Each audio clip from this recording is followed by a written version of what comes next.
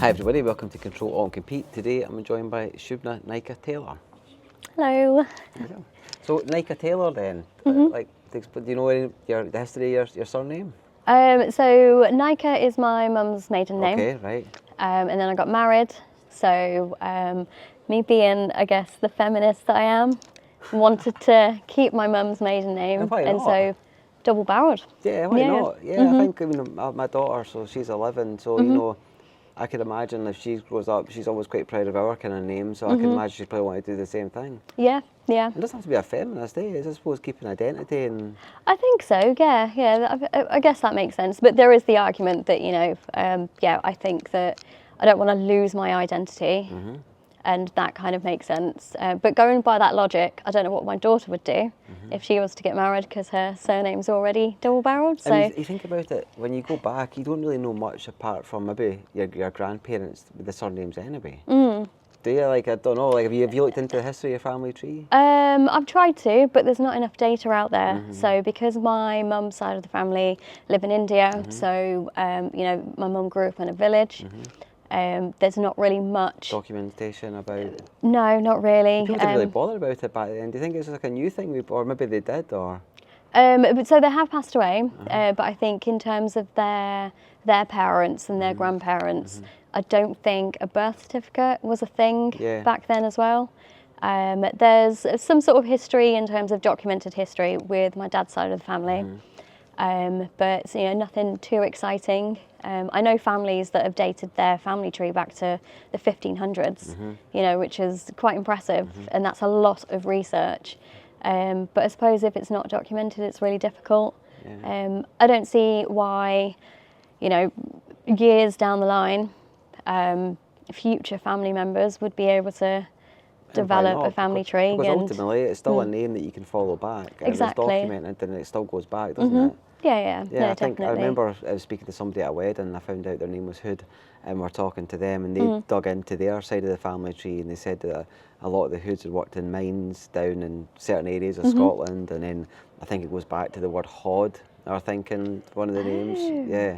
Okay. Everyone just thinks it's like Robin Hood. But that's what usually but it's not. Yeah, but it's interesting to hear, and I think even here when you speak to a lot of people from America, I think they go back even further, and you always find that they say, oh, they're 20% Irish, and so I don't know if it's something that we should all look back. I know my mum certainly looks back into it, and I'm sure she's got it documented, and it is interesting. Yeah. I mean, I have done the DNA ancestry test. Oh, cool.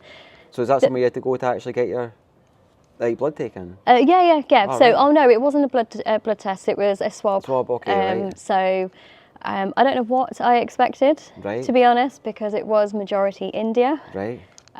But it was interesting to see that there were areas like in Nepal and Sri Lanka that were flagged up. Ah, okay. And obviously, my mum isn't aware of any families that live in those regions. But it was also... India's a big country, so you say India. I mean, but it's really interesting. I worked for some Indian families up in Aberdeen when I was at college, and I went to the Northeast Convention, and I was like the only white Scottish guy there, but I was like looked after so well, and they had so much good food. And even then, listening back to all the different areas of India, like, you know, yourself, it's like I'd love to go. I think it looks like that kind of place you would go to that would be completely different. I'd love to go somewhere that would be completely different from here. I went to Australia and it's pretty much the same. But okay then. Yeah, but I think it's it's hotter. Yes. But yeah, I'd love to go to India. I think I've seen a lot of good documentaries. It just looks really good. No, India is a fun place to be if you can survive in the chaos. Right. Okay. So as you can imagine, the roads are absolutely mental. It's noisy. There's a lot of people as well. But I usually spend my time in the village where my mum kind of grew up. Okay. So it's quieter, and it's just really chilled, slower paced as well, until you get to a place like Mumbai or New Delhi, which Just is like full on. Very full on. And That's so good though. Yeah, it's not too bad. How many different languages would you say are in India then? Different dialects of language. Obviously in Scotland we had Gaelic and English, and then it's just different accents. Within 20 miles people speak differently, but India, how many is in there? So my family are Gujarati, so they're kind of in the north region. Okay. But then Bangladesh is close by as well, so there's Bengali. I think there's some regions where people were speaking Urdu. which is usually Pakistan, but then Pakistan usually has Gujarati there as well.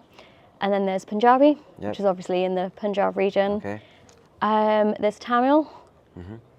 And how different would you, so in Scotland then, I think you could probably say that the people from the northeast are a bit different from the west, and do you think that's the same in India then? Could you say I think so. Different, what would you say, like more outgoing, more, like how would you describe them in different areas then?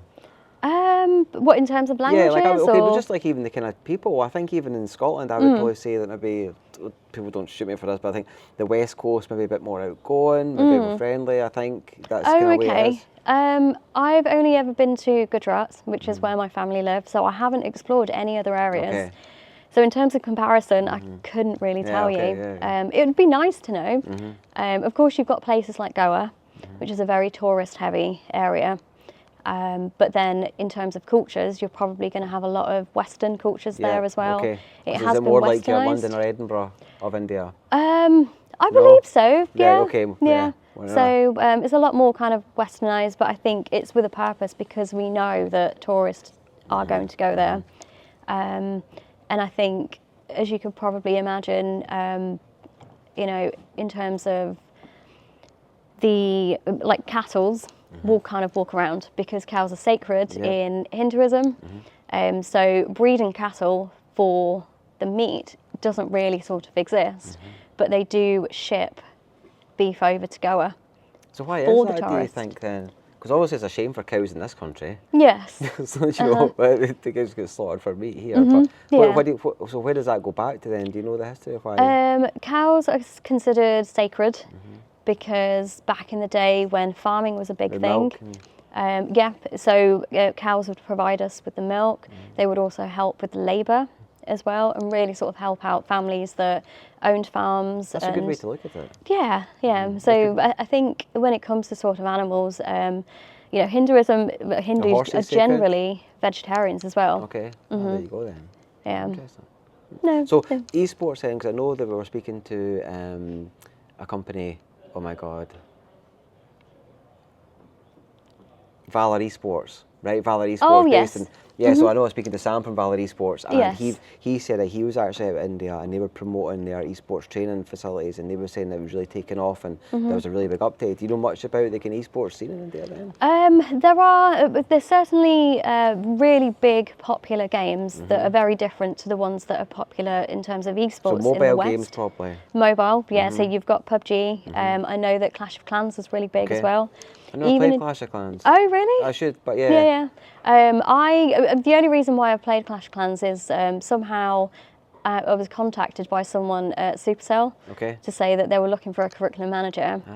And they said, you should go for it. And I was like, oh, okay, you know, this is in the games industry, that'll be fun. And then they said it might help to play one of their games. So I was like, okay, I'm just going to pick one, went with Clash.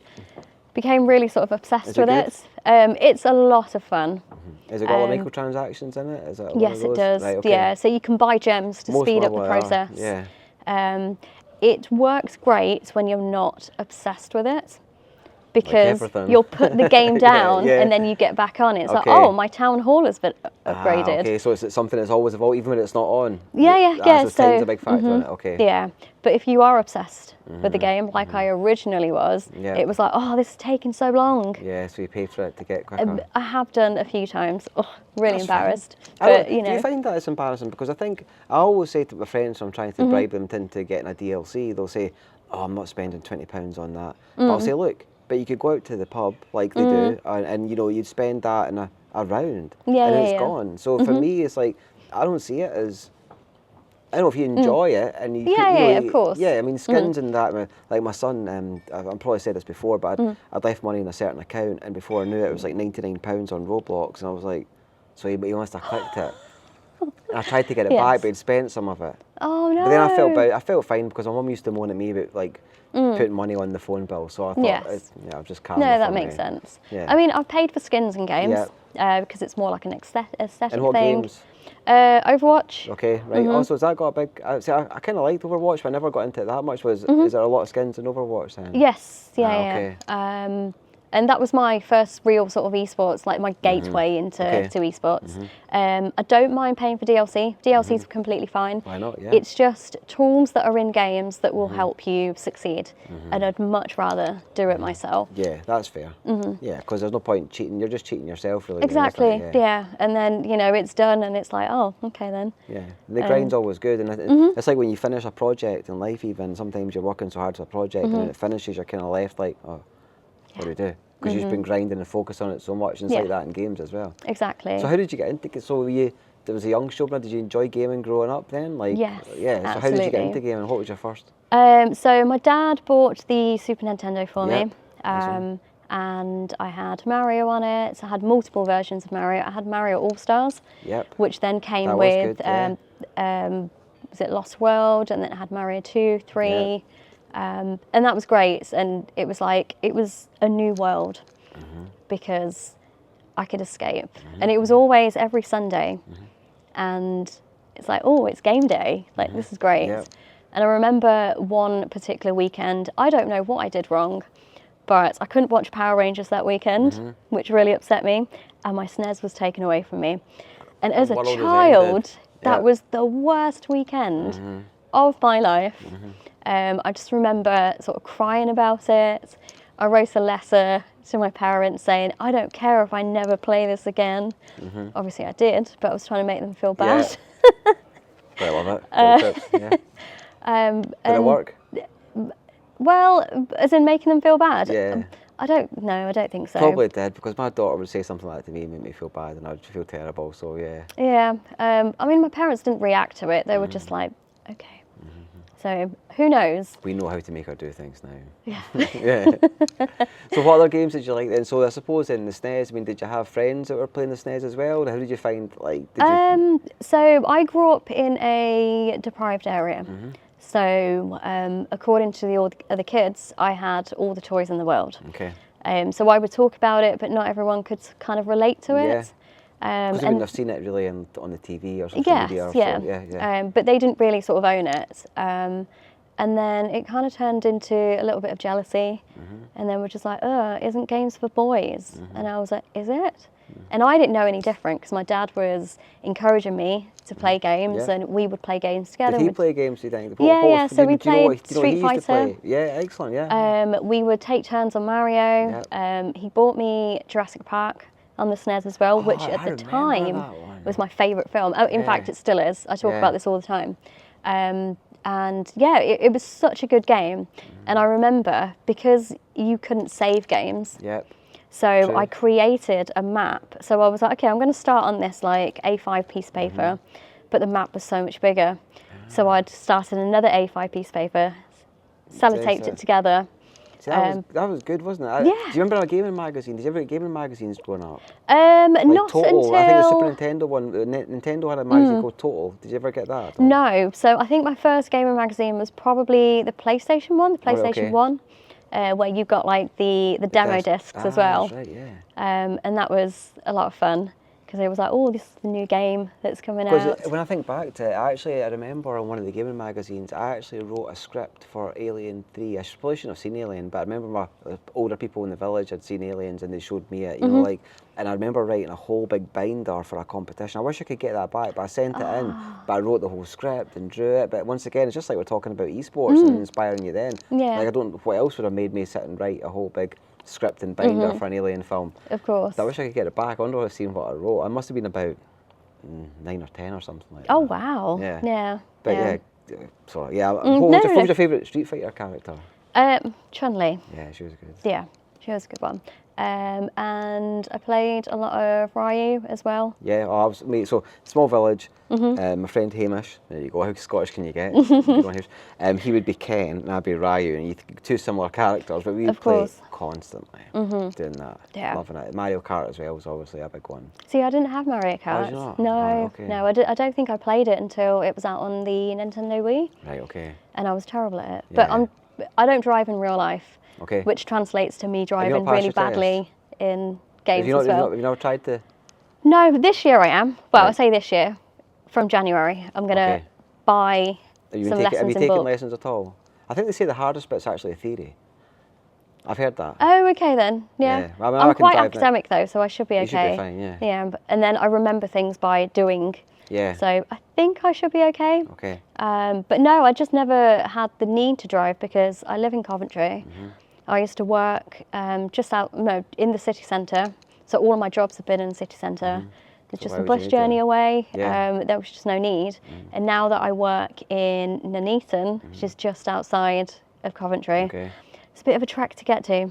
An hour bus journey, and it's like, I can't do this. No. Do you have any entertainment for the bus? Have you got anything you take with you for the bus? You just... I do Duolingo. Okay. So what's that then? So I'm learning Greek at the moment.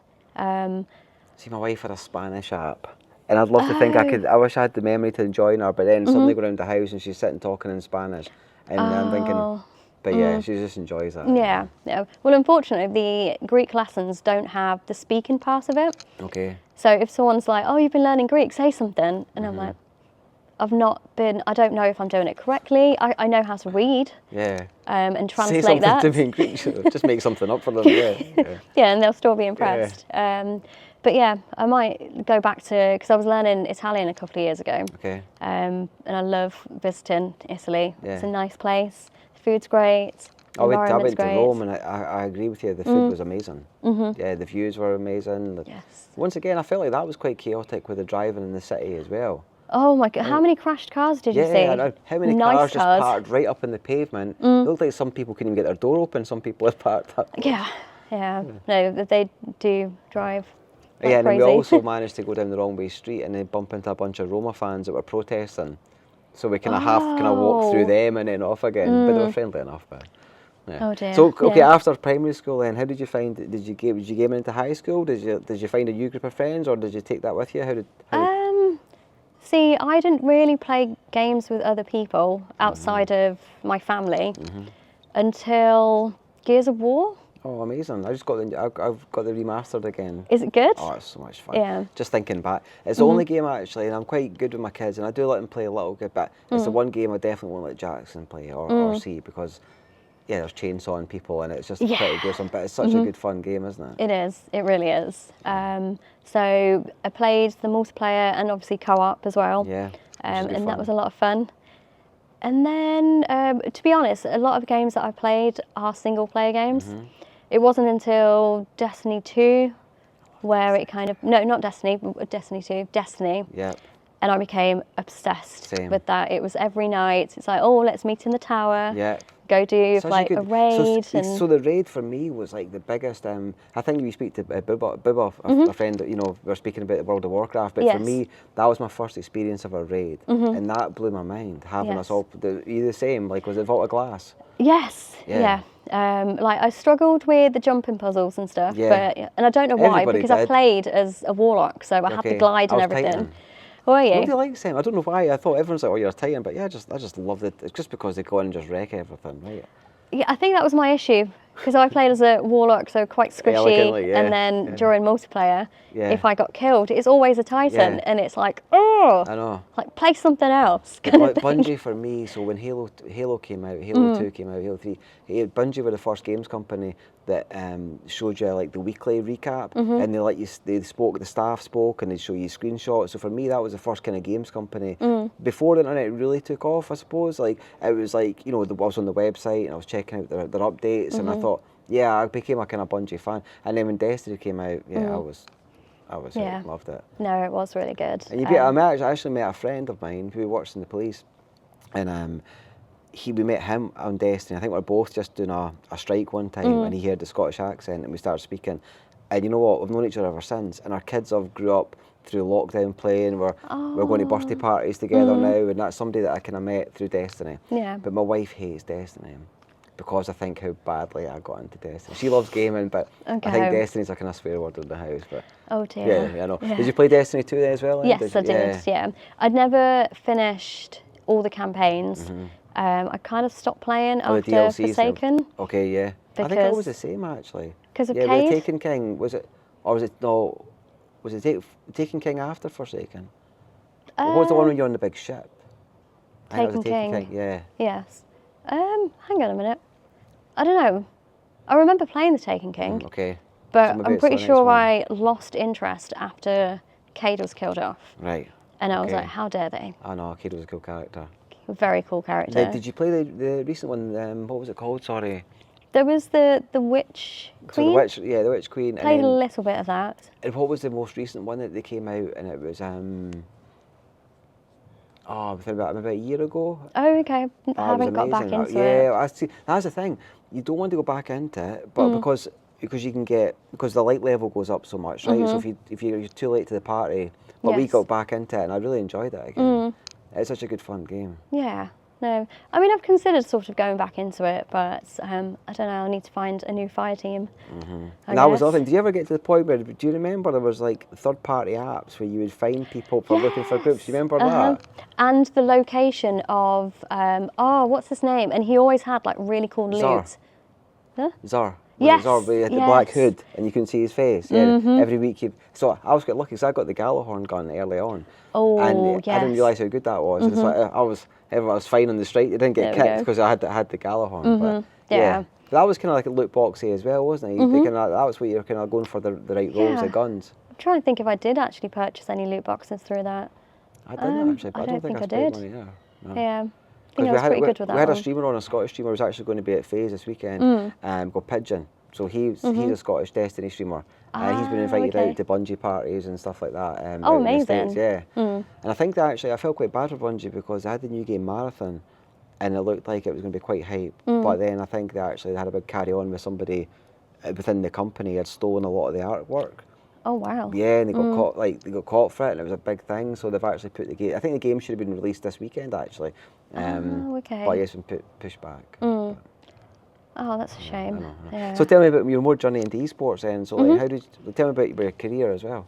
So tell me about your career. Sorry, like obviously. Oh, okay, yeah, of course. So because when you were a kid, right? You talked about kind of teenage years of what you were kind of playing, but then I think your career would be great. Yeah. So Overwatch came out 2015, 16, and they had the kind of demo to test if you enjoyed it. And then I was like, oh, I'm really enjoying this game considering it's a multiplayer. And then about a week before it came out, I was like, do you know what, I'm going to get it, and I'm going to get the limited edition with the big box.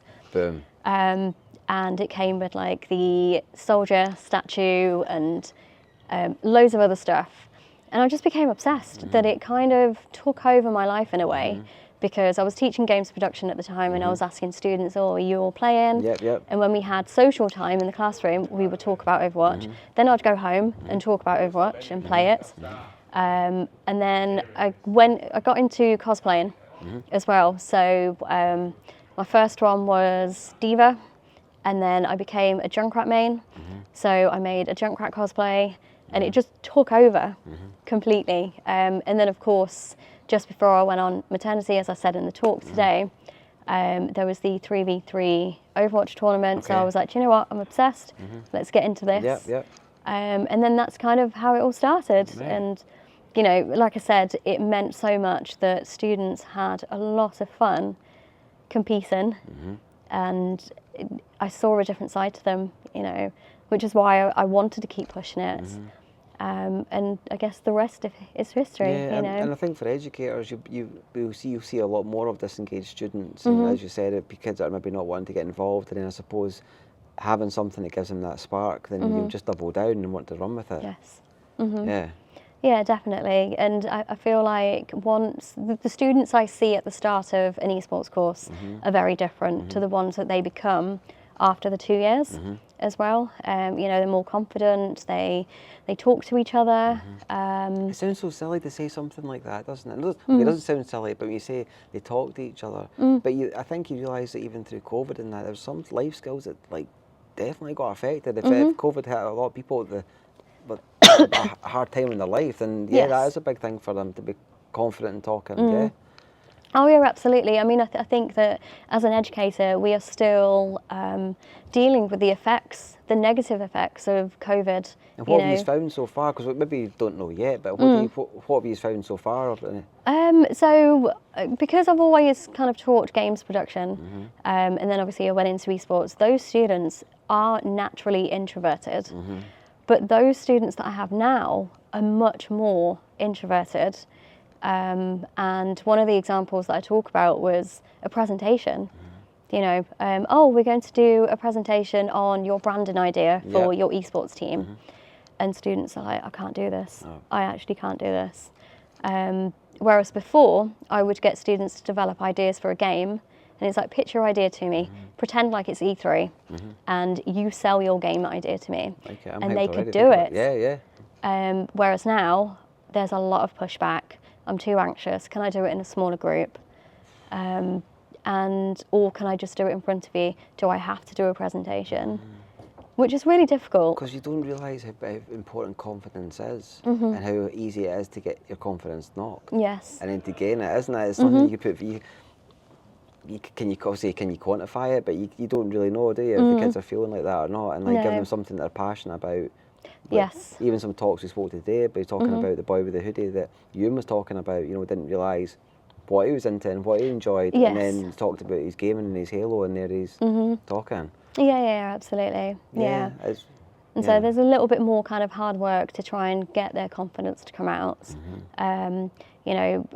Do you think that was due to isolation then, do you think? I think so, yeah, because they didn't have the ability to be able to talk to people, and then all of a sudden they're back in schools and they've got to speak to each other, and I think it's a critical age where they were in isolation. I always think that it's early years that really sort of impact the sort of person that you're going to become later on. It's more of a psychology thing. But I also think early teens has a massive impact as well.